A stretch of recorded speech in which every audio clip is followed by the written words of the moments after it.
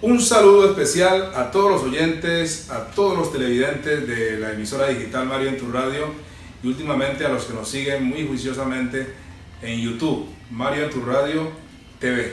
Muchas gracias por estar aquí. Hemos llegado hoy hasta la casa de Higinio Mosquera Lozano. Este sociólogo, licenciado en sociales y máster en ciencias políticas de la Universidad Javeriana, docente de la UTC en la Facultad de Derecho por más de 20 años. ¿Y por qué buscamos a Higinio Mosquera? Porque se calienta la cosa política en el departamento de Chocó. Ya queda un mes y algo más para que la contienda electoral el 11 de marzo concluya y se conozca quiénes son los senadores, quiénes son los representantes a la Cámara por el departamento del Chocó, en fin, y se siga también hablando de política electoral. Yo soy Mario Luis Benítez Arboleda. Higinio Mosquera, muchas gracias por recibirme. Gracias, Mario, gracias a ti. Higinio, ¿por qué quiere usted que llegue el 11 de marzo? Lo que pasa es que los pueblos tienen una responsabilidad histórica con su futuro, con ellos mismos. Y el elemento fundamental de desarrollo de cualquier pueblo es la política. Porque es la manera como los pueblos delegan su representatividad para que sus voceros los representen a nivel nacional, si es el caso de la elección de Congreso, a nivel departamental, en el caso de la elección de su gobernador, y a nivel de municipios, si es el caso de los alcaldes, incluyendo concejales y diputados. La oportunidad más clara que tiene un pueblo de cambiar su destino es mediante el voto, no hay otra manera.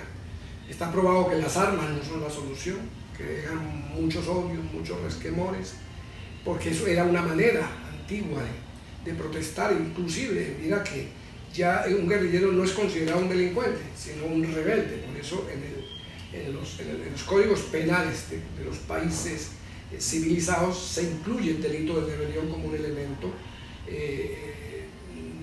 elemento para juzgar a las personas que toman este rumbo. Pero mira que no inhabilita, es uno de los excluyentes de las inhabilidades. Entonces, los pueblos tienen que revisar su ideario político, tienen que revisar todo su proceso de constitución de ideologías, de revisar liderazgos para elegir de tal manera que esos voceros sean auténticos.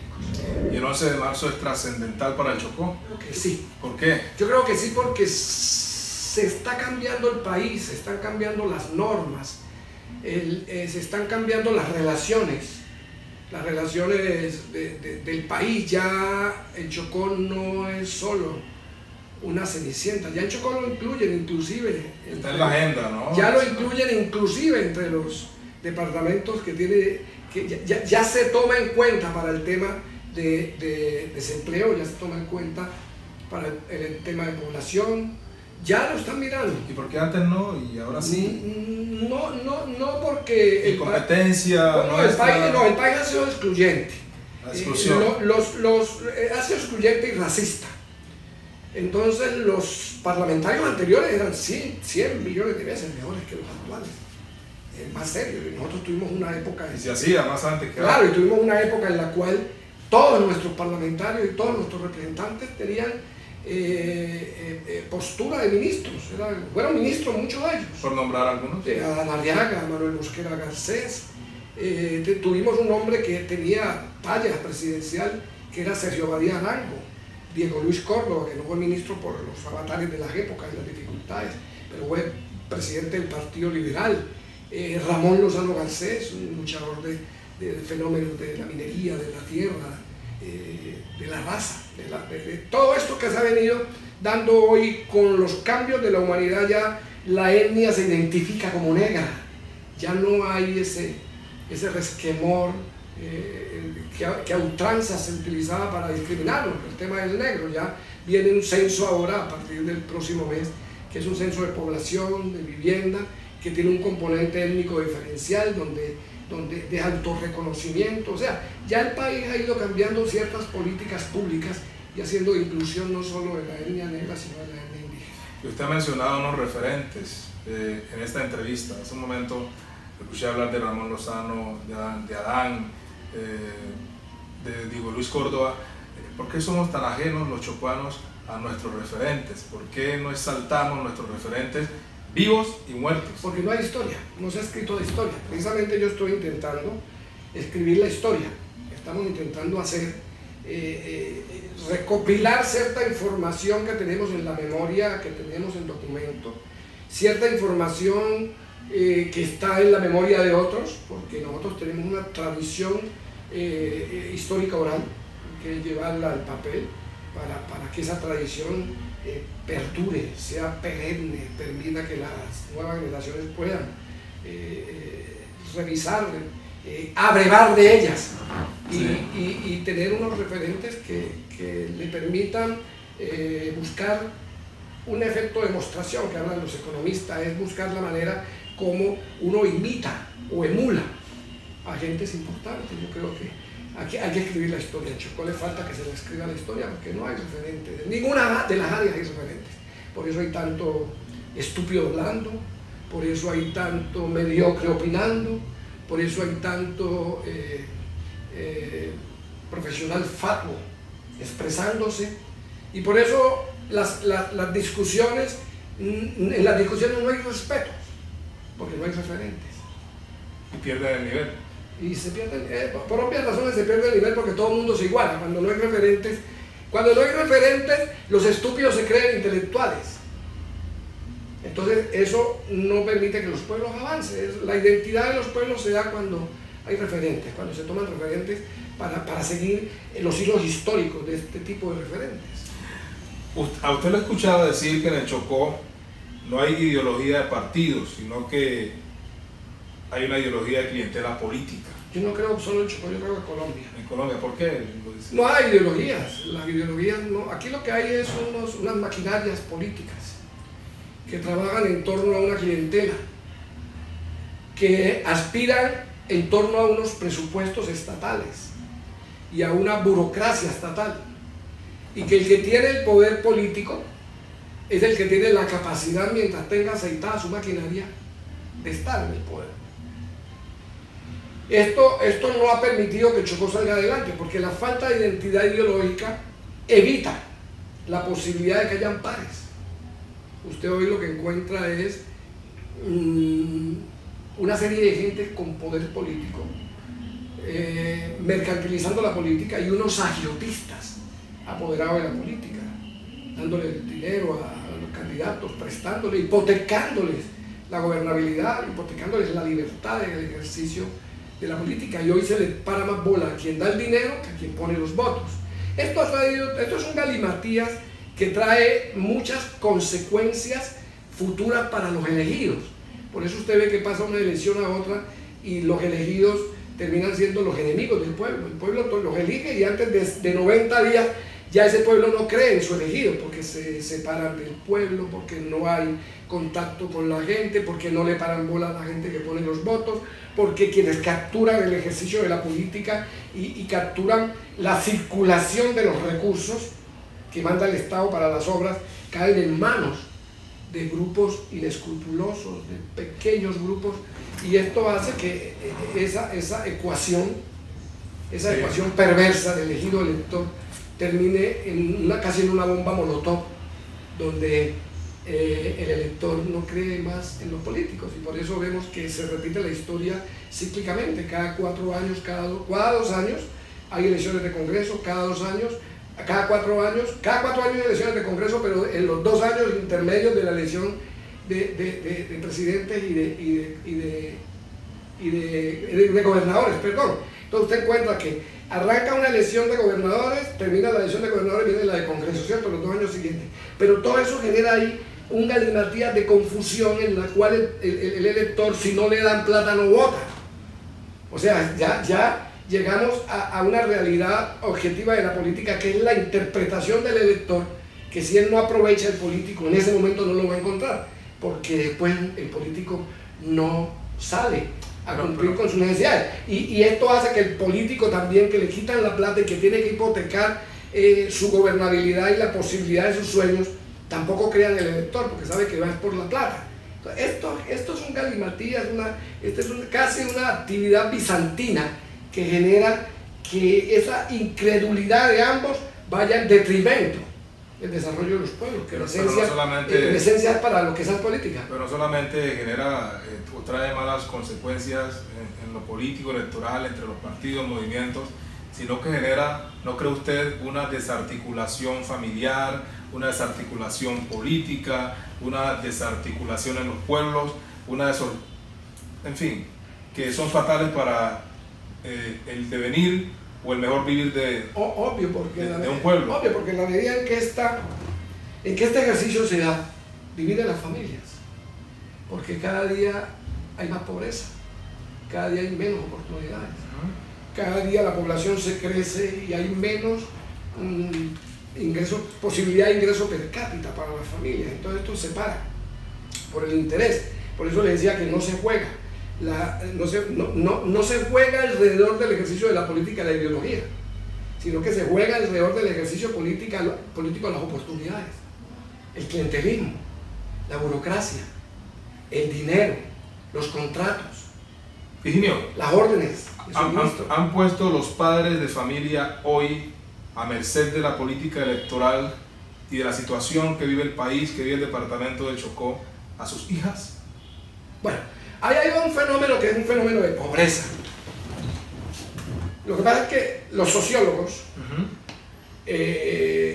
tenemos como concesión de la vida esa expresión cultural que unifica a la familia y que no deja romper esos hilos familiares, y que esa unidad familiar permite que esa familia tenga la opción de participar en diferentes actividades de la sociedad que le permitan también recursos, no solo a nivel de desarrollo productivo, sino en la actividad política, que le permita unas oportunidades y mejore la condición de vida. Pero en la medida en que se rompe ese núcleo familiar y la política entra y lo prostituye, en esa misma medida aparece un fenómeno supremamente grave, Mario, que es la prostitución de las niñas. Ya hoy usted encuentra que una mamá en una casa se levanta y le dice a las hijas: no hay comida, levántense, 2 o 3 días. Hoy, sin decirle vaya a hacer cosas malas, ya sabe qué le está diciendo. Ya sabe qué es. Hoy, porque es que el prepagismo se convirtió en un elemento fundamental de subsistencia. Y obviamente el niño o el hombre no sirve para... Sí, también porque hay homosexualismo macho. ¿Sí me entiende? Hay unos homosexuales que también utilizan dentro del poder, dentro del ejercicio del poder, utilizan a esos muchachos para eso. Pero la familia se siente más complacida cuando es pobre y cuando tiene dificultades, porque el otro problema aquí es que la mayoría de los hogares son madres cabezas de hogar. El hombre acá es muy responsable. Aquí la mayoría de las madres son cabezas de hogar y son madres solteras. Entonces no hay en el hogar quien ayude a controlar esa movilidad económica que permita la tranquilidad y dé la opción de que las hijas tengan valores éticos y morales y se les imprima unos valores éticos y morales para que no entren en el nivel de la prostitución. Pero usted encuentra que en los cargos públicos está asistiendo a eso. Ya aquí hay muchos gerentes de instituto o secretario de despacho o gente que tiene poder político que está coaccionando a sus funcionarias públicas para que se acuesten con ellos, y llegan inclusive a amenazarlas con la pérdida del cargo público, o lo mandan decir con una proxeneta o con un proxeneta para utilizar eso como mecanismo de presión. Y si se viniera a hablar de toda esa presión que le hacen tanto a hombres como a mujeres, porque aquí ya el tema de homosexualismo es un tema ya muy común, ya hay mucha gente interactuando, tanto hombres como mujeres, en ese mundo, y también hacen utilización de poderes para prostituir todo lo que hay a su alrededor. Eso es un... Y eso está en la política electoral. Claro, la política siempre... En los partidos está eso. Siempre ha habido. En los movimientos... Siempre la ha habido, porque los movimientos políticos son los dadores de ese tipo de servicios, son los dadores del poder. Es la viva expresión de la actividad política, son los partidos políticos. ¿Y ha perjudicado eso en gran medida? Sí, claro, perjudica porque prostituye el pensamiento de la gente joven sobre todo, y usted observa que la juventud en todo su proceso de formación ellos deben de tener unos valores éticos y morales. Ya ni siquiera las universidades ni los colegios hablan de ética, ya el funcionario público no tiene miramientos cuando se trata del dinero. Vemos que se prostituye la justicia ya hay jueces que cobran, que utilizan con contadas excepciones, ¿no? Pero ya hay jueces que utilizan su cargo público para montar retenes, como si fueran cobros de peajes, y se cobra por los fallos, y se cobra mire lo del cartel de la toga, se cobra por parar los procesos, se cobra por dejar prescribir los procesos. Y entonces, si usted lo mira, lo está mirando a ese nivel. Si usted revisa toda la sociedad, usted encuentra, por ejemplo, que un secretario de Educación cobra por traslados, y ya no es el dinero, sino que inclusive llegaron a cobrar en un gobierno anterior acá en el Chocó, todo el mundo lo sabe, llegaron a cobrar dinero, si no tenían dinero, pagaban con lotes de terrenos. Y entonces cobraban por traslado, por reubicación, qué sé yo. Y eso es a nivel mínimo. Si usted revisa a quienes llevan a la cárcel, que la mayoría de las veces buscan salir de las cárceles con medicina legal, con un dictamen de medicina legal, también lo compran, también lo venden. Entonces el país, mire lo que pasó hace poco, le dan a la gata le dan la libertad, y resulta que termina llevándole a una casa de ella que había sido expropiada. Entonces, quiere decir que expropian la casa y se la entregan a un testaferro de la misma. Y hay otras cosas, por ejemplo, el enriquecimiento ilícito, muy fácil de probar. Aquí nadie denuncia a nadie por enriquecimiento ilícito, ni los jueces toman de oficio, ni siquiera la Procuraduría de oficio una investigación contra un funcionario público que no se sabe dónde salen riquezas. Hay autistas enriquecidos, llenos de edificios, llenos de cosas, y ahí hay violación. Si usted revisa los delitos que se pueden cometer, uno de los delitos es que él no paga impuestos, y eso es un delito en Colombia. La evasión de impuestos y muchas otras cosas, testaferratos a todos los niveles. Usted encuentra que por ejemplo, los grupos al margen de la ley, poniéndose al servicio de los delincuentes que les pagan plata o negocian con ellos secuestros, qué sé yo, hay muchas cosas que están enrareciendo la sociedad. Hoy usted encuentra que el país está haciendo una encuesta, Mario, y determinando a nivel presidencial la encuesta, y no se están dando cuenta que lo que está pasando en los pueblos, que se están definiendo los liderazgos regionales, quiénes van a quedar. O sea, esas encuestas, excúsame la frase, pero esas encuestas son chimbas frente al tema que viene después de la elección presidencial. Cuando pase la elección presidencial, espere usted la primera encuesta, va a dar los resultados completamente diferentes. ¿Por qué? Porque ya se definen los temas regionales, ya si la gente tenga una simpatía, tiene que ir acomodando su simpatía a la coherencia de su elección. Entonces mucha gente va enrumbando sus simpatías y sus necesidades, más que simpatías, sus necesidades a la coherencia de lo que eligió a nivel regional. Entonces yo puedo ser un amigo X candidato, pero si yo elijo a una persona que representa a otro candidato, que tiene opción, yo me voy para esa persona porque es la coherencia de mi primera elección. Todas esas cosas hay que tenerlas en cuenta porque hay una manipulación de la opinión pública basada en encuestas. Muy bien, Higinio Mosquera Lozano, el politólogo. Analicemos las listas que hay hoy en el departamento de Chocó para definir Cámara y los últimos actos de coalición. Pero analicemos primero las listas. Las listas se analizan con un criterio de mecánica política, no puede haber otro, porque usted no puede hacer un análisis sin antecedentes. Hablábamos de los referentes son los elementos que le permiten a uno imitar, emular. Y usted no puede hacer un análisis electoral si no lo hace con la mecánica política, que son los antecedentes electorales. Para mí la primera lista va a ser la de la doctora Melania Valois, Eduardo Tito Torres y Delcy Bejarano. O sea, la de Cambio Radical. Según usted, esta se queda con una cruz. Sí, claro. Si usted revisa los antecedentes electorales, es una lista que puede estar por arriba de los 30.000 votos, porque es una lista que suma. Es que usted tiene que mirar las listas con los antecedentes electorales y no emocionarse porque los mismos de siempre sean los que aparezcan. ¿Cuánto Tito Torres, cuánto estaría logrando? No, ¿Con cuántos tiene? O sea, a mí me parece que eso es hipotético. Pero, lo que pasa es que los antecedentes de Tito Torres muestran que es una persona que puso 17.000 y pico votos. 17.000, pero por aquí estamos y Melania te sacó 14.000 votos. Entonces, pero... Y Delcy te puso 7.000 votos. Yo te estoy hablando de que esos antecedentes hay que aterrizarlos a una realidad.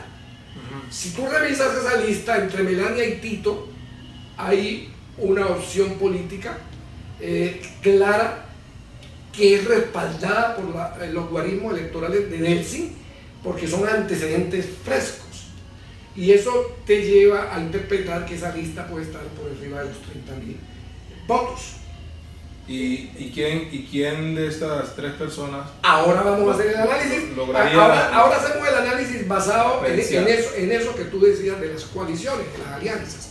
Porque hay alianzas que son inoficiosas y son inocuas, y hay alianzas que sí son oficiosas, oficiosas no, que sí son reales y que sí aportan guarismos electorales a los procesos. Esa lista tiene una ventaja.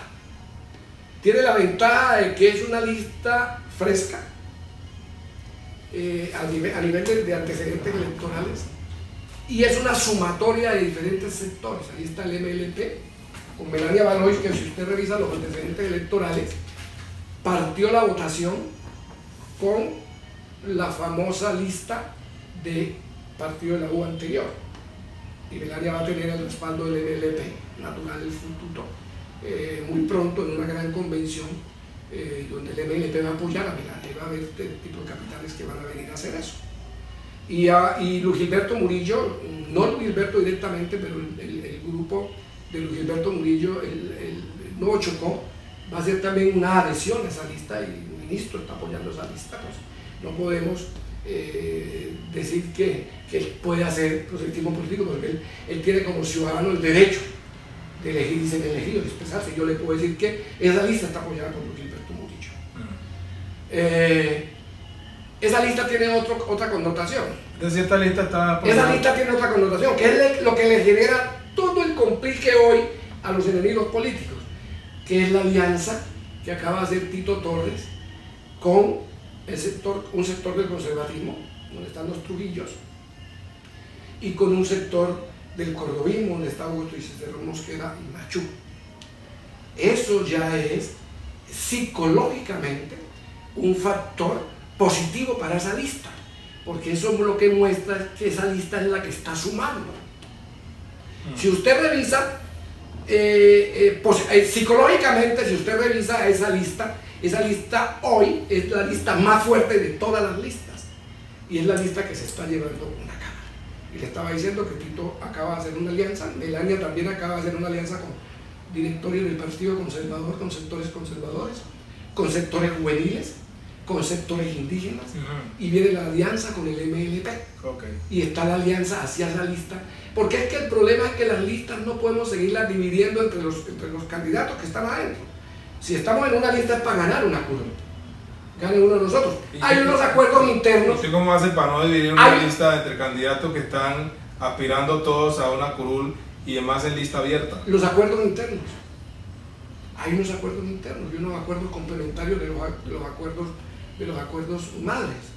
Entonces hay un acuerdo madre que es ideológico, un acuerdo madre que trata sobre la postura del movimiento en torno a la situación del Chocó, a la situación de orden público, a la situación económica, a la situación de las finanzas públicas, a la situación del orden social, a la situación de la movilidad, a la situación del acueducto y del alcantarillado, de la salud, del hospital, de la universidad. O sea, hay unos acuerdos que están con una visión global, ideológica, que marcan un pensamiento y una postura de la lista en torno a eso. Luego hay unos acuerdos marcos suplementarios que son los que determinan ya los acuerdos, y esos acuerdos son los que amarran los cumplimientos al interior de las listas y evitan que esas listas se rompan a pedazos, y esos son documentos que hay que firmarlos. Claro. Eso. Entonces nosotros en este momento como lista somos la primera lista del Chocó, la que más está moviendo el cotarro político. Entonces usted encuentra ese fenómeno y van a seguir apareciendo cosas, porque estamos a 30 días. 15 días antes de las elecciones ya es para poner los recursos, porque la política te cambió y ya la política no es el proselitismo solo, y ya la política no es la ideología, y ya la política no es el sentimiento, porque tampoco hay líderes que muevan ese sentimiento. Y ya son candidatos mucho más sometidos a una mecánica política, la política se está convirtiendo en una empresa electoral de elección, donde lo que funciona es el dinero, ¿sí? Y ese dinero tiene que movilizar una serie de gente para que pongan... ¿Eso es bueno o es malo? Eso es malo porque monetiza la política. Es malo porque macartiza al electorado. Es malo porque exige que quienes sean los representantes sean los que tienen el dinero. Y la mayoría de la gente que tiene el dinero no lo ha hecho de buena manera. Entonces, quienes tienen el dinero muchas veces son de mala manera, que se han conseguido, o bien dineros subterráneos, oscuros, de gente que busca el poder político para producir leyes y para producir beneficios y prebendas que les permitan la tranquilidad de sus dineros mal habidos. Entonces todo eso permea la política, eso no es que sea bueno del todo. Sí, vamos cerrando la lista de Cambio Radical. Bueno, la lista de Cambio Radical yo la veo de 30 a 35 mil pesos votos. Yo me atrevo a decir que Melaria va a sacar la mayor votación, porque conozco dentro de la lista.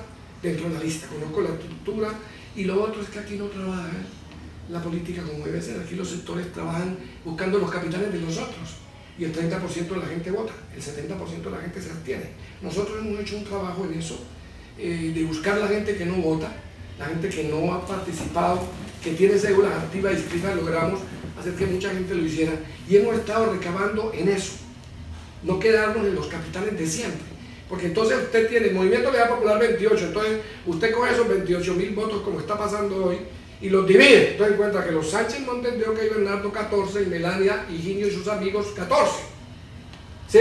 Entonces son 28, ¿cierto? Entonces 14 y 14 no ganan. Qué bueno que me hacían siempre a mí, me dividían para que esos votos nunca ganaran. Estábamos trabajando lo mismo, por eso no era fácil. Hoy no, hoy se está trabajando distinto y hay muchos secretos que no se pueden contar. Entonces para mí la primera lista es esa lista, sí, esa lista de Cambio Radical. La segunda lista para mí es la cordobista. ¿Y qué está pasando en el cordobismo? Le voy a Porque yo le hago una pregunta a usted, como politólogo y como analista de estos temas políticos, electorales. ¿Qué está pasando en el cordobismo? ¿Por qué se dividen tanto? ¿Por qué cordobista ataca a cordobista? ¿Por qué hay tantas divisiones dentro del mismo cordobismo? ¿Por qué hoy Machú se va del cordobismo y se une con el MIR? Eso no es extraño, Mario. Ese análisis ¿qué está pasando? Ese análisis lo vamos a hacer. Hablemos de eso. Pero no es tan cierto. Los sectores políticos, si usted lee mis ensayos que he ido construyendo y que he venido sacando en Facebook y en mi página, Los Dictados de mi Conciencia, usted encuentra que los sectores políticos tradicionales siempre se han dividido. Y se han dividido no porque haya diferencias de tipo ideológico, sino que es el dominio del poder que se busca total al interior del movimiento para poder acceder a los cargos de elección que les permita tener recursos para poder sostener la clientela. Entonces hay traiciones, nacen y surgen las traiciones. El cordobismo ha estado, después de la muerte de Diego Luis, en una división profunda. Primero hubo una pelea a muerte contra Aureliano Perea Luma, que la inició Antonio Maya Copete, y la inició Daniel Palacios Martínez, contra Perea Luma y Fernando Martínez Velázquez.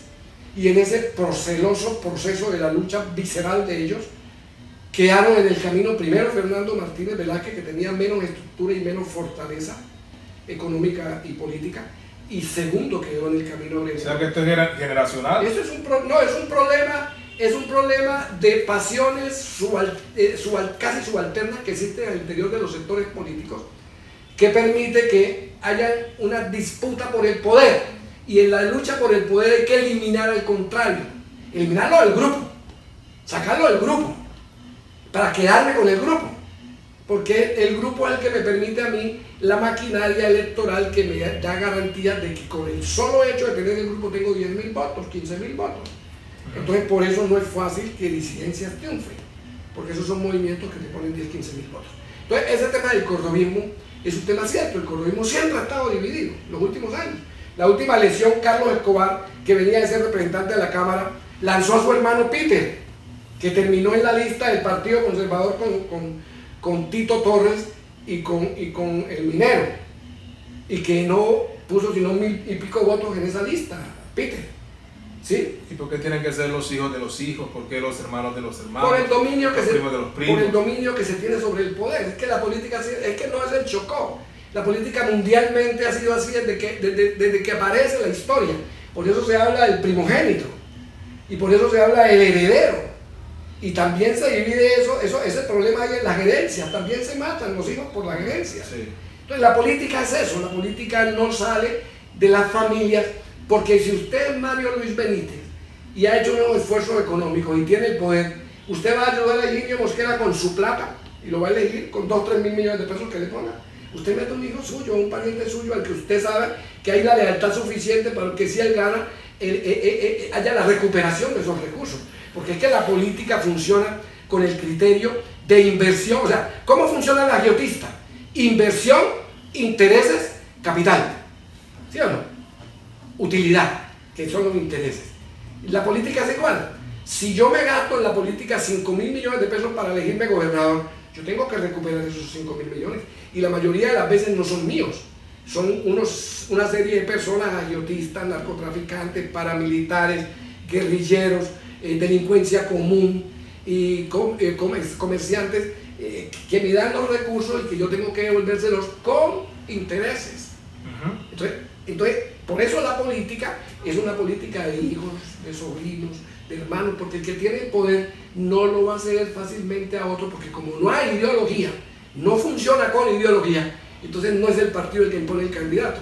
Los que capturan el partido, que son los líderes políticos, a veces coyunturales, son los que imponen ese tipo de políticas. Entonces no es fácil erradicar ese tipo de políticas, más en un país donde la mayoría de la gente aguanta hambre y donde los electores dependen de esa clientela política, de ese político para que mantenga esa clientela política, y entonces son 10, 15, 20 mil personas por departamento poniendo unos votos que cuando usted viene a hacer una competencia con esos sectores y se sale de ellos, eso no es fácil correr. Entonces, ¿qué va a pasar con la lista cordobista? Entonces eso no es fácil correr. ¿Yo por qué veo la lista cordobista elegida? Ahora, si usted revisa a Melania Valois, con ella está el alcalde de Quibdó, para terminar este análisis. Está el alcalde de Quibdó y eso es una sumatoria inmensa para ella. Ella tiene 5, 6, 7 alcaldes que también le van a sumar. ¿Le ayuda a la gestión del actual alcalde de Quibdó? Es que el problema, de eso venimos hablando, es que cada vez que elegimos una persona terminamos entregándonos a esa persona por el poder, por los contratos, por las órdenes de suministros, por el dinero, inclusive a veces hay dinero que se entrega personalmente y con eso se matiza un poco la diferencia con el elector o con el capital. Entonces, quien tiene poder, si lo sabe ejercer finalmente, es importante. Si no lo ejerce en beneficio de la persona que él quiera, ¿qué es ejercerlo? Es, si hay unos capitanes bravos, a los capitanes hay que darles contratos o prometerles los contratos. Y a veces ese capitán no come cuento a la promesa, entonces hay que entregarle dinero en efectivo. O sea, la mecánica política. Y esa mecánica política es de que se tenga poder, eso es importante. Vámonos al tema cordobista. El tema cordobista de esa lista del Partido Liberal, que no es tal Partido Liberal, sino es cordobismo, porque liberales somos todos, tiene el poder. Tiene el poder del señor gobernador, que es un poder real, un poder económico, un poder político, un poder burocrático. De eso estamos hablando. Porque la credencial del Congreso finalmente lo que te da es te da unas oportunidades de tipo electoral que le vamos a mirar ahora cuando analizamos las otras listas, las que tienen. Pero el cordobismo en este momento tiene esa ventaja. La dificultad que yo le veo al cordobismo no es que estén dos nobles aspirando, porque es que el cordobismo ya hizo lo mismo hace poco. Darío Córdoba era un Nobel, Francisco Wilson era otro Nobel y Rufino era otro Nobel, en una lista de asamblea se decía, y salieron elegidos a la Cámara. O sea, el cordobismo es un movimiento que tiene un respaldo y hay una simpatía de sus militantes, y es que no es fácil que romper la teoría de que, la teoría emocional de que el cordobismo deje de votar por cordobista. ¿Y cuántos votos? No, el cordovismo, ¿Se hace esta lista? El cordovismo le sigue a la lista de cambio radical en votación. Además, el cordovismo tiene el gobernador. Miren lo que pasó en la elección pasada, que lo demostró el gobernador.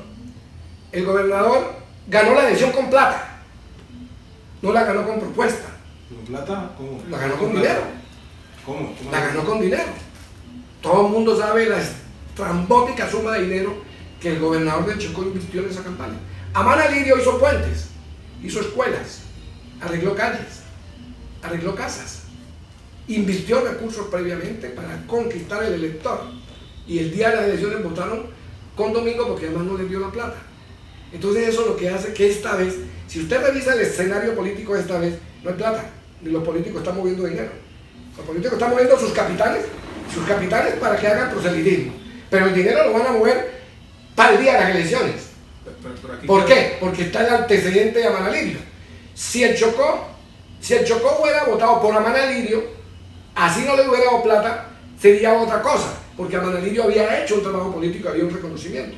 Domingo también tenía el trabajo, pero Domingo le ganó a Amana Lirio con una estrategia política de llegar el día de las elecciones con los recursos a comprar los compromisos que Amana Lirio no había cumplido. Por eso Domingo no contesta el teléfono, por eso Domingo no habla con la gente, por eso Domingo le importa 5 centavos decir o no decir, que diga o que no diga, y se enconcha y no le cumple a nadie, porque le está cumpliendo ¿a quiénes? A los que pusieron la plata, revíselos, que son los que están gobernando. Pero eso le da a esa lista cordobista un handicap, que es la lista que aparentemente puede tener la plata, porque tiene todavía esos de los recursos vivos y apoyando la lista. O sea, son análisis que no quiero que me los malinterpreten, sino de mecánica política que van a funcionar en este lado. Y la alianza, ¿qué ocurre con Machú, con Augusto? Porque yo no creo el otro tema. Hay gente que se retira de la política y termina fosilizado, porque son gente que tienen 20, 30 años sin hacer política y no pueden alegar que son representantes de grandes proporciones electorales, ¿sí? Entonces usted encuentra que el tema de Machú, el tema de Augusto, el tema de Vladimiro, es un tema que va a mirarse en un escenario distinto al que ha ocurrido. El cordovismo en las épocas pasadas, cuando se dividía por mitades y perdía. Esta vez, ¿cuál es la disidencia cordobista? Si los cordobistas, si Augusto Cicerón, si Machú, si Vladimiro y los otros, y el mismo Pacho Wilson, hubieran tenido más conciencia política, hubieran apoyado a Yair Torres, porque Yair es cordobista, porque Yair ha ejercido el cordovismo, porque es de la familia de Arnovio, casado con una hermana de Arnovio. Escúchame, eso le daría al cordovismo la opción de que como en el pasado pudiera tener una disidencia, pero hoy no hay disidencia cordobista. ¿Cuál es? Ellos se están yendo a apoyar la lista de Cambio Radical y específicamente el nombre de Tito Torres. Ese es un esfuerzo exploratorio importante, Mario, porque vamos a mirar qué capacidad realmente de liderazgo tiene Augusto Cicerón, que nunca lo ha mostrado, Augusto nunca se ha lanzado solo. Augusto fue suplente de Daniel Palacios antes de la revocatoria del mandato, y lo llevan de gobernador, lo condenan, y eso hace que Augusto no pueda aspirar, y usted encuentra que eso es lo que permite que Garo Ulises aparezca después de ser el suplente de Iván Lozano, de ser lozanista. Eso es lo que hace que aparezca Garo Ulises como candidato, que viene de la Cámara y hace un trabajo con unos capitanes de Ismina, porque es que los capitanes aquí son comprados, Mario. Si yo tengo la plata suficiente para comprar un capitán suyo, importante en Condoto, cuando usted llegue, ese capitán ya está conmigo. Y entonces cuando usted llega a buscar que ese capitán voltee ante usted, me va a salir el más costoso a mí. Entonces hay capitanes que se vuelven costosos. Entonces todos esos fenómenos van generando porque monetizaron la política, porque convirtieron al capitán en un elemento casi como el futbolista, en un elemento en el cual el mejor postor está en la búsqueda de él para que juegue en su equipo, para que trabaje en su equipo. ¿Qué va a pasar entonces si es elegido? Sigamos el análisis. Voy ahí mismo. Ajá. Para que no se me... De Nilton Córdoba. Sí, ¿qué va a pasar si es elegido Nilton Córdoba en la lista, teniendo en cuenta que tiene unas investigaciones en la Corte Suprema de Justicia y podría perder el Chocó esa curul? Yo en eso sí estoy de acuerdo con Augusto. Y yo no podría hacer un análisis distinto al que manda mi razón o mi razonamiento político. Yo soy un hombre experto en inhabilidades. Yo tengo que conocer qué es la una inhabilidad y qué es incompatibilidad y cuándo aparece, porque es mi formación. Yo creo que Nilton sí va a perder la credencial. Y la va a perder porque hay un tema en el país de moral pública y de ética pública jodido. Contra el cartel de la toga y contra todo lo que llame actos de corrupción. Y Nilton aparece sindicado por Moreno, el fiscal anticorrupción. Y ayer veía que llamaron a Musa Besaile a juicio por parapolítica. O sea, se mezcla la política y se mezcla con la corrupción y con el tipo del tema del cartel de la toga y se mezcla todo esto. Y Nilton aparece ahí sindicado. Yo veo que sí. Primero, la verdad es que nadie puede ser condenado si no ha sido vencido en juicio. O sea, Nilton no está inhabilitado. Pero sí es peligroso llevar a una persona en unas condiciones de esas a una elección cuando uno de los delitos principales es lavado de activos y cuando eso generaría una silla vacía. Eso puede terminar en una silla vacía si Nilton en el proceso electoral obtiene la mayoría de las curules, de los votos, perdón, y eso le da una curul. Eso podría generar una silla vacía y podría quedarse el cordovismo nuevamente, como ocurrió con Carlos Escobar, que se quedó sin la curul porque le dio silla vacía. Si él gana, y al ganar renuncia y cede. No, ya no se puede renunciar. Primero se podía renunciar, precisamente esa es la retoma de su fuero que hizo la Corte Suprema de Justicia. Además ya hay legislación al respecto, de que si está inhabilitado y es un delito de eso, la silla no necesita decir. Es que si renuncia, eso no evita que la pérdida de la credencial, que el delito genere la pérdida de la credencial, porque es que el elegido es él, no el segundo. El elegido es uno, no son dos. ¿Y usted cómo ve a la novia Carolina? Me parece que es una persona joven. A la juventud no le pueden decir que tiene que tener experiencia ni a nadie para poder llegar a los cargos, porque entonces ¿cuándo vamos a adquirir experiencia si no nos dan la oportunidad? Si los jóvenes no tienen la oportunidad, ¿cuándo van a adquirir la experiencia? Yo creo que el cordovismo está presentando una lista renovada. Yo no entiendo las dificultades que hay de Augusto. Es que mire, es que en este caso de la alianza, también se da un fenómeno. En ese caso de la alianza también se da un fenómeno de relación familiar. Es que la esposa de Edgar Ulises es sobrina de Augusto. Ella es hija de Cías Mosquera. Y el papá de Cías Mosquera es Juan Sabino Mosquera. Juan Sabino Mosquera es hermano de Neftalí Mosquera y Mosquera. Luego Augusto Cicerón Mosquera es primo hermano de Cías, tío de Marta Mosquera Valencia, que es la mamá de Tito. ¿Qué quiere decir eso? También hay un fenómeno de tipo familiar, o sea, es que la gente tampoco investiga qué está pasando, entonces se queda en el rasero y en el prurito del tema político para decir que lo que pasa con Augusto solo es un problema de que como los expulsaron del cordovismo o los maltrataron, entonces están peleando por eso. También lo lleva a apoyar a Tito, que es su pariente, hijo de su prima, de su sobrina, porque Cías es hijo de Juan Sabino Mosquera, y Juan Sabino Mosquera es hermano de Neftalí Mosquera, el papá de Augusto. Entonces, todo eso también son temas familiares que se juntan en esto, que dan confianza en las alianzas. Claro que sí. Entonces, lo que los tiene preocupados es las alianzas. Los tiene preocupados las alianzas que Melania ha logrado hacer con diferentes sectores juveniles, con sectores indígenas. La alianza que hace el alcalde con Melania, que es su candidata y que la apoya. La alianza de 7 alcaldes más con Melania, que es su candidata y que la apoyan. Y no voy a decir los alcaldes porque eso puede tomarse políticamente, para denunciar por participación política a los alcaldes.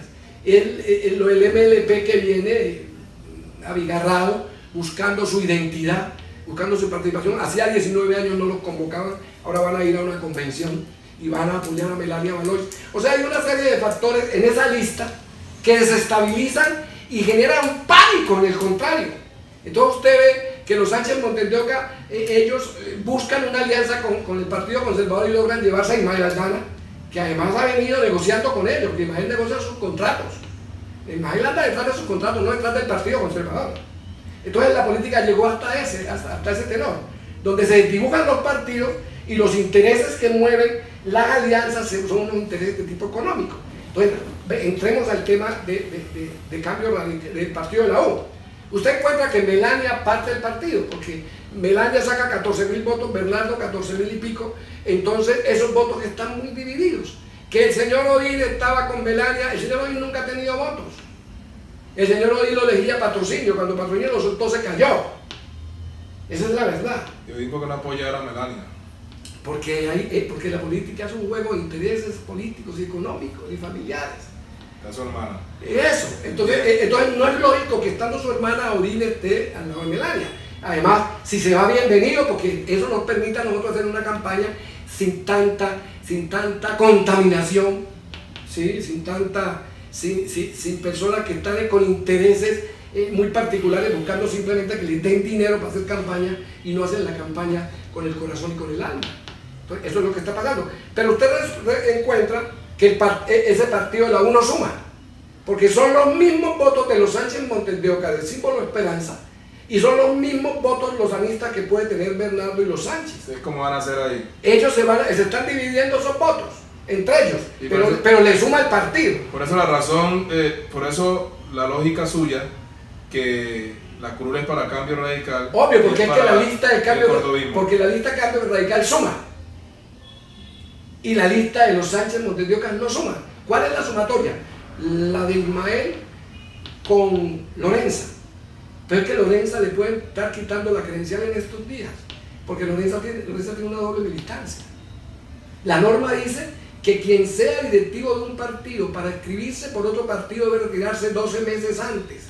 Pero si fue presidente. No necesita ser presidente, dice si es miembro, dice la norma, si es miembro de un partido, si es miembro directivo de un partido, así lo dice. Eso perjudicaría la lista.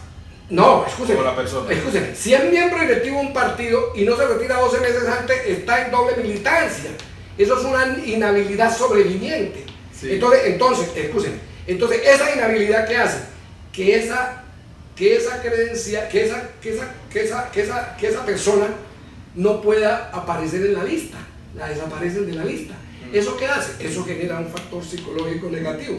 Es que los factores psicológicos en política, y hay que darlos, y los políticos trabajamos en torno a esos golpes. Un factor positivo de la lista, la alianza de un sector del cordovismo, Machu Augusto Vladimiro, con Tito. Eso crece la lista, porque esos votos suman a la lista. ¿Cuál es la alianza positiva? La alianza de Melania con los indígenas, con comunidades negras, con jóvenes, con consejos comunitarios, con juntas de acción comunal, con alcaldes, ¿sí? Y con el MLB. Eso suma, ¿sí me entienden? Y luego viene el movimiento Nuevo Chocó desde Luis Alberto sumándole a la lista. Entonces usted encuentra acá que la única sumatoria que hacen es con Lorenza, porque el resto es la misma votación que ellos tienen. Y entonces esa votación que ellos tienen, ahora si les tumban a Lorenza, ¿qué pasa? Eso es un golpe psicológico negativo para la lista. Eso es lo que yo veo que viene. Entonces yo no veo que esa lista tenga un guarismo electoral suficiente. Además tenemos las constancias de las gentes. Pero el tener la credencial no pesa.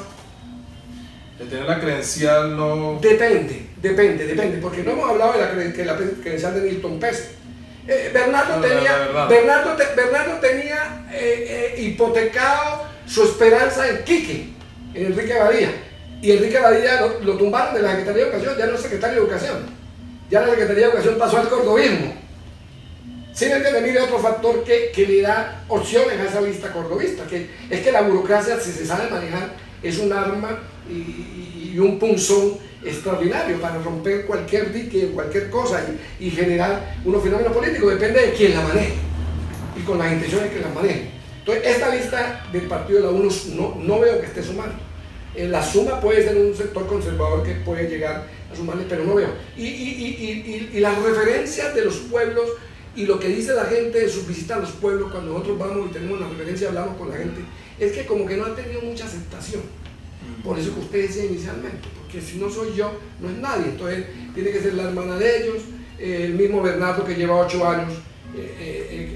Oiga, pues, el mismo Bernardo que lleva 8 años y que ha sido una mentira política.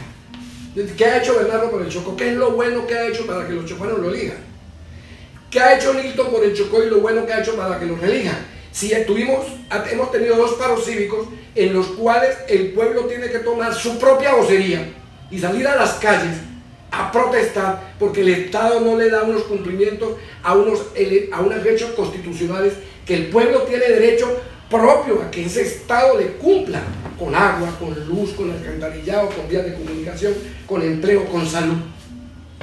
Y resulta que el pueblo tiene que salir a protestar. Eso es una prueba de que no hay una respuesta parlamentaria acorde y suficiente, porque el parlamentario va a hablar, va a representar a sus elegidos, no solo a sus elegidos, a su departamento, al Congreso. Pero hoy dice representante del Chocó, no dice representante solo de un partido, sino del Chocó, representante Cambio Radical por el Chocó. Entonces él tiene que ir a representar a ese departamento, por intermedio de la curul de Cambio Radical, a ese departamento del Concierto Nacional y hacer los debates suficientes, mal. Aquí hubo el fenómeno de la niña y no hubo un debate para decirle al país que el Chocó produce 14.000 milímetros cúbicos de agua anual y que no hay una hidroeléctrica y que somos una región que tenemos capacidad para producir toda la energía eléctrica que necesita el mundo, América Latina, Colombia. Y nosotros podemos hacer energía eléctrica limpia, con biodegradables, con gas metano, con muchas otras cosas, y podemos producir 2.000 kilovatios hora pico. Mire que nos hacen la hidroeléctrica de Talazá, y ni siquiera el gobernador sabía que estaba construyendo la hidroeléctrica de Talazá en los lados del Carmen de Arrato, cuando el que tiene la facultad para el desarrollo económico y social de la región del Chocó es el gobernador. Inclusive el gobernador puede sacar a licitación pública esas obras. Mire que el gobernador del Meta acaba de salir en defensa de la apertura de la vía y dijo que el presidente tenía que abrir esa vía porque él era el gobernador y tenía la facultad para el control de su frontera y que ellos estaban dispuestos a ayudar en el tema y no abrieron la vía cuando el ministro había sacado, el gobierno había producido un acto donde cerraba la vía mediante un decreto, creo que fue, firmado por el señor ministro y el presidente, y tuvieron que echar para atrás eso, pero acá no hay vocería. Mire el tema de Bajirá. Los antioqueños se toman Bajirá, los antioqueños intentan tomarse toda la región porque la intención de Bajirá no solo es, la intención del antioqueño no solo es Bajirá, es toda esa frontera. Meterse por el Parque de los Castillos, tomarse la hidroeléctrica de los Tilupos que produce 3.000 megavatios hora pico y produciría si se construye, y todo el tema del canal interoceánico Atrato Truandó y toda la riqueza natural que hay en la zona. ¿Y cuál es la vocería que tenemos de parlamentarios? Necesitamos parlamentarios que vayan al Congreso con autoridad intelectual, con conocimiento de causa de su región, a hacer los debates suficientes de control político para que el gobierno nacional le abra las puertas al Chocó y haga, por ejemplo, presentar el régimen de excepción que hablaba Retador inicialmente, para que los recursos vengan al Chocó, para que se equilibre el desarrollo relativo que tenemos. Y eso no está ocurriendo con los parlamentarios que hemos elegido. Entonces, ¿será que esos parlamentarios tienen la fuerza suficiente para convocar a la gente a que vaya con ellos otra vez, por tercera vez esta vez? Yo no creo. Aplicado. Yo no creo, complicado. Nos bajamos a la lista, por ejemplo. A la última, nos queda. Nos queda una lista. Una lista, la del partido Corazón por Colombia, donde está Yair Sí, pero Torres. la lista Yair, pero es está una... Carlos Ales. Alexander Mosquera, mi sobrino. Pero es una lista que no tiene la estructura política para decir que es una lista que va a estar en la pelea. Yo a esa lista no le veo más de 3.000 votos, y siendo generoso. Los que hemos hecho política sabemos la dificultad que hay y el análisis que yo le hacía inicialmente. ¿Qué busca entonces Yair Torres? No sé. Eso es normal. La gente cuando se montan esas listas y hace disidencia, aquí hay mucha gente que vive de la política y que les dice que hablan bonito y que son buena gente y los emocionan y les quitan la plata. Porque la mejor manera de vivir de la política es teniendo un hombre visual, un hombre que no sabe de política, que está entrando a política, que quiere, porque Yair es un hombre valioso, Yair es un hombre intelectual, de los más, un abogado serio, honesto, es un hombre que ha ejercido la política. Alex, mi sobrino, es una persona también. Yo no me fui con él porque no era posible que después de que yo haga un compromiso me aparezca diciendo que está aspirando. Yo tenía ya mis compromisos con Melania. Además también hay unos intereses de tipo familiar y de recuperación del movimiento liberal popular que vamos a hacer para que el movimiento vuelva a tener su directorio, para que el movimiento vuelva a ser convocado, para que la vieja militancia y la nueva militancia entienda que hay un movimiento que tiene una visión distinta de Chocó, que hay una parlamentaria que está trabajando por luchar que esas cosas se den como Melania Valor. Sí. Todo eso gira en torno a este tema político. Claro. Entonces yo no veo fácil, Mario, yo no veo fácil que eso nos permita, que eso nos vaya a permitir a nosotros que una lista de esas pueda romper el esquema. Los esquemas tradicionales políticos se rompen cada 100 años por toda la crisis que generan y tiene que haber liderazgos fuertes de gente que tenga un buen discurso, que su discurso y la fortaleza de su palabra penetre en la conciencia de la gente, que voltee toda una estructura anterior, pero eso se hace frente al tema de la desesperanza. Si no hay desesperanza y no hay un liderazgo que catalice y capitalice esa desesperanza, no es fácil. Yo no lo veo esta vez. Entonces, ese es más o menos el análisis de mecánica política que yo le hago de lo que está pasando. Y para terminar ese análisis de la mecánica política, es que hay un terror casi estructural en los sectores políticos contrarios al nuestro, y es el terror a las alianzas que estamos haciendo. Es que la alianza de Tito no perjudica a Melania, fortalece a Melania. Las alianzas de Melania no perjudican a Tito, fortalecen a Tito o a Elce, porque nosotros somos un grupo. Y bienvenido a todas las alianzas, porque no solo nos fortalecen, sino que nos permiten asegurar, tanto psicológicamente como electoralmente, una credencial para salvar el Chocó. Hombre, Higinio, le queremos agradecer por habernos ayudado a entender este panorama político en el departamento de Chocó. Ya llegará el 11 de marzo y, como dicen por ahí, el día de la quema se ve el humo. Por último, Senado de la República. Déjenme hacer un análisis de ese fenómeno antes que hablemos de los nombres. El Chocó debe elegir un senador, o debería, ya no es posible, pero el Chocó ha debido haber alguien liderado y convocado la expresión de un Chocó la unidad chocuanista. Que puede seguir no es fácil, el camino. No es fácil porque ya hay unas listas y van a haber unos votos. Y haber escogido una lista de 3-4 personas en 2-3 partidos distintos, que hubiera permitido que hubiéramos dividido los votos a nivel regional, porque es que tampoco saben hacer política. Es que están, mire, un poco de gente hablando de política sin conocerla. La política es una ciencia ya. Hay que aplicarle marketing, hay que aplicarle mecánica, hay que aplicarle ideología, hay que aplicarle principios, hay que aplicarle tecnología. Esa es la política. La política ya no es la misma de ayer, donde 2 o 3 huevones, discúlpense la frase, se montaban en una tribuna, echaron unos discursos y los demás seguían como borregos. Ya hoy hay que aplicar estrategias de atracción, estrategias de convencimiento, estrategias de simpatía, estrategias, fortalezas y debilidades, tomar todos esos tipos de elementos y trabajarlos para poder enrumbar. Eso no se ha hecho. Entonces, por ejemplo, nunca se dijo que podíamos dividir regionalmente al Chocó, que unos candidatos se fueran por el San Juan, otros por el Atlántico y otros por el Darién. Inclusive 4 candidatos, otro por el Baudó, Costa Pacífica. Y ponerle 40-50.000 votos, porque nosotros tenemos 350.000 potencial electoral. Y ponerle a cada uno unos 50.000 votos, convenciendo a la gente que era lo mejor, pero escogiendo líderes regionales de esos pueblos. Usted no le puede ir a decir a la Costa Pacífica que usted cogió a Elvis en Quibdó o Antonio Andrade en Quibdó para que represente a la Costa Pacífica, que no lo sienten así. Porque además los sectores políticos tradicionales han venido haciendo política llevando líderes de esa región en sus listas. Entonces eso hace que la gente sienta que vota por uno de ellos.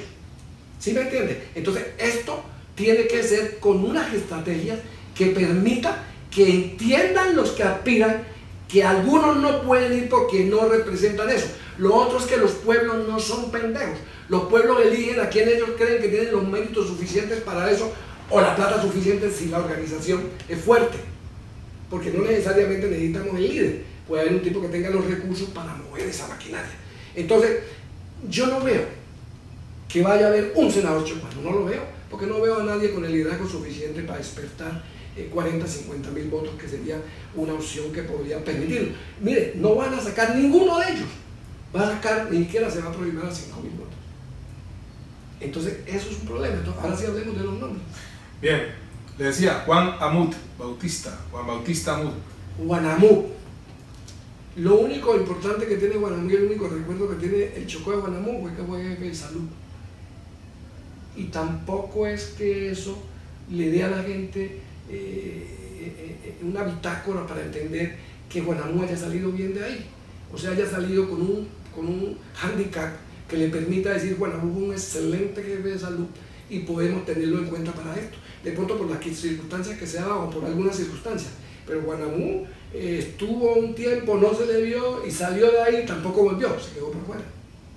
Eso no es fácil que le genere un liderazgo en el Chocó. Van a votar sus familiares y sus amigos, pero ¿hasta dónde eso le genera un liderazgo que le permita a él que tiene una dimensión internacional, él que es un profesional importante, él que es una persona que viene a codiarse con gente afuera, pero no le veo que haya una confianza de la gente en Chocó para votar con él y decir que va a tener una votación importante acá.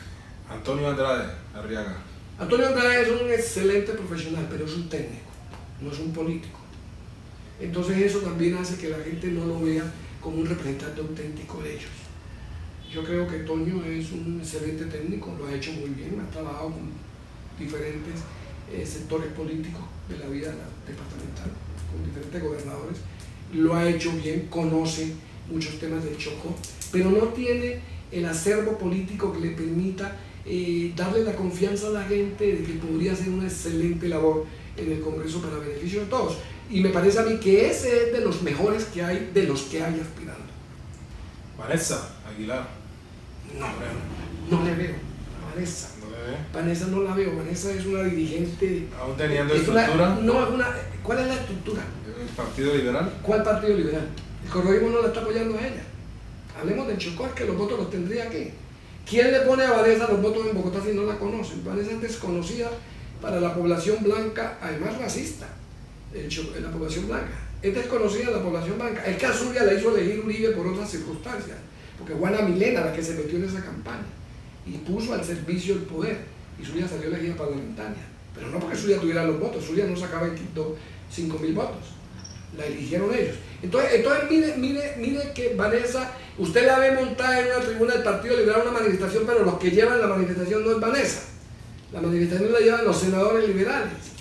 Yo la he visto varias veces en varias reuniones, pero yo no la veo con ni la estructura ideológica, política, mental, ni la formación suficiente para el tema. Ella lo que tiene sí es unas muy buenas relaciones a nivel del partido, unas excelentes relaciones con gente que ha tenido poder en el país. Ella está posicionada a nivel nacional, pero ¿hasta dónde es voto? Vamos a mirarlo. Eso viene ahora. Edris Gutiérrez. Edris es un hombre intelectual sin votos,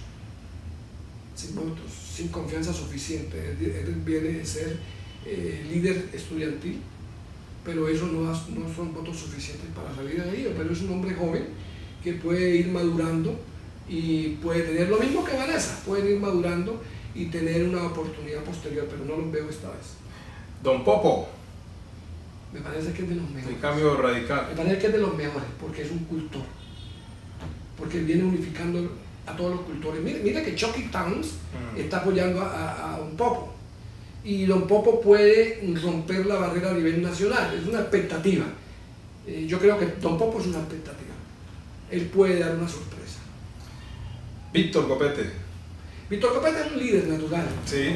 Me parece que Víctor es de los pocos. Yo voy a votar por Víctor, porque yo no voy a votar por nadie de afuera. A mí me parece que es una pendejada votar el voto por un senador de afuera. Yo tuve mucha experiencia cuando aspiré las 2 veces a la gobernación. Experiencias donde, por el afecto y el cariño, tanto a Juan Guillermo la primera vez, Ángel, como a Fuachar, yo logré sacar una votación importante para ellos. Pero eso es mucho esfuerzo, porque el chocuano se coge esas plata y no vota. Y usted sabe que comprar votos él tiene unas consecuencias de desconfianza y todo eso, y a veces te dan un dinero y eso no se ve reflejado en la parte electoral. Entonces uno llega a un momento en que se retira de la política activa, entonces ya no siente que uno tiene que recoger esos dineros por una oportunidad política, porque ya uno no tiene la aspiración, Y es un problema con quien te da el dinero si eso no se da porque va a creer que te robó. Entonces es mejor no hacerlo. Yo no lo voy a hacer. Me han llamado 20 personas, amigos, condiscípulos, que están metidos en la política. Yo no les hago eso porque no lo puedo hacer. No lo puedo hacer porque no van a salir esos votos. Entonces yo voy a votar por Víctor Copete, porque me parece que es un líder que se ha mantenido en la lucha. Me parece que es de los pocos chocuanos que siempre protesta por el Chocó. Es una persona de ideologías profundas e íntimas y a la vez auténticas. Víctor Copete es un hombre que le da a la gente comida, que está pendiente. O sea, yo voy a votar por Víctor Copete porque es el único que me mueve a entender que ese voto, yo con ese voto gano, porque gano satisfacción y gano felicidad. Por último, aunque no es chocuano, pero es un negro y hace parte de la lista del Partido Verde, Luis Alfonso Escobar. No. Yo creo que los chocuanos no podemos votar simplemente porque se sea negro. Tenemos que votar por un chocuano auténtico, que nos represente a nosotros y que nosotros sepamos. Por ejemplo, Ebelis es una persona que ha hecho un trabajo, es un indígena que ha hecho un trabajo que merece el respaldo de muchos de nosotros porque lo ha hecho bien en el Congreso. Otra persona que me parece importante es Murillo, el que está por comunidades negras. Me parece que es importante Murillo. Luis Alfonso Escobar fue el que estuvo en Plan Pacífico. Sí, ¿no? sí. Sí, esa es una persona que ha luchado también, así no sea chocuano. Pero yo creo que los chocuanos tenemos que votar por chocuanos. Por chocuanos. Y Luis Ebelis. Luis Ebelis es chocuano. Sí, claro, pero ¿cuál es la suerte de Luis Ebelis? Yo creo que Luis Ebelis dice que hay otro candidato fuerte. Yo creo que Luis Ebelis no va a salir. Los indígenas no han repetido fácilmente, nunca han repetido ningún indígena al Congreso, porque es muy difícil. Ellos son más organizados que nosotros y exigen más cumplimiento a los compromisos que nosotros. Nosotros somos más mediatistas y votamos más por dinero. Los indios en su tema indígena votan más por los compromisos. Yo creo que Luis Ebelis no ha cumplido exactamente las cosas y veo que los indígenas andan con muchos candidatos. Entonces yo veo a Luis Ebelis más buscando votos negros y votos mucho más de gente por fuera del contexto indígena, buscando cómo tiene los votos suficientes para sostenerse, que no es fácil, porque aquí también, cuando se trata de etnias, de candidatos de etnias, se genera un fenómeno de discriminación, pero también de identidad étnica, donde el blanco no te va a votar fácilmente por un indio o por un negro. Y donde el negro intenta buscar un negro que lo represente, así tenga la dificultad de identidad que tenga, pero eso permite que la gente intente votar por gente que los representa a ellos y gente que sea conocida y que les dé confianza. Yo creo que ese tema del Senado se resume en eso, y el tema político general, que es una hipótesis, lo que estamos nosotros planteando, pero las hipótesis se hacen con base en las investigaciones, con base en los antecedentes, y las hipótesis terminan concluyéndose en unas verdades, porque los expertos en los temas, cuando plantean las hipótesis, es porque son estudios que ya se han realizado con antecedentes que permiten esos estudios y que terminan siendo unas conclusiones. Y va a ver que el 90% de lo que le dije es lo que va a ocurrir el 11 de marzo. Esperemos que llegue el 11 de marzo. Queremos agradecerle a Higinio Mosquera por esta oportunidad. Gracias a usted que nos dio. Y a ustedes, los oyentes de Mario en tu Radio, síganos en nuestro canal de YouTube, Mario en tu Radio TV. Vendrán muchas entrevistas con respecto al tema electoral del departamento de Chocó. Yo soy Mario Luis Benítez Arboleda. Hasta pronto.